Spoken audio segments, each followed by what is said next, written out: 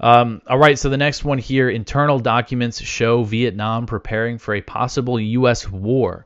So this is an interesting story here. This was published by the AP on Tuesday.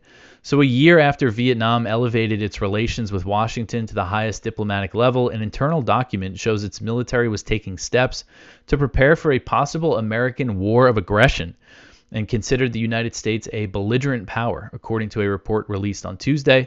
This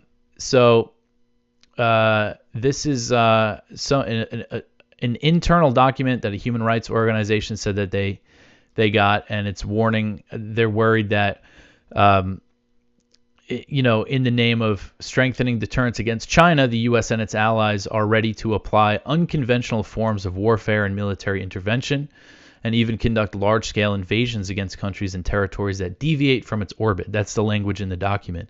Essentially, the document says that there's currently little risk of a war against Vietnam, but essentially they're saying that they need to be vigilant, and that if the U.S. doesn't find Vietnam sufficiently on their side, this warns of potential color revolutions, things that, like we saw in Ukraine in 2014. It cites these things specifically, or an actual war, an actual attack. And Vietnam's interesting. Obviously, they have a history of facing the U.S. And recently we did see U.S. warships going to Vietnam. And this picture here is that it's Hegseth. And the General Secretary of Vietnam's Communist Party. Hegseth went to Vietnam back in November. So the U.S., they're warming up with the U.S. a bit, but they're also,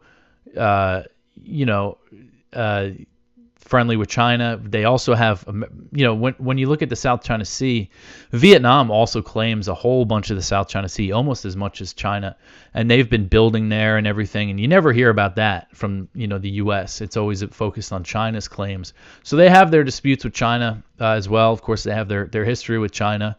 So, they're in kind of interesting, they're an interesting country in all of this.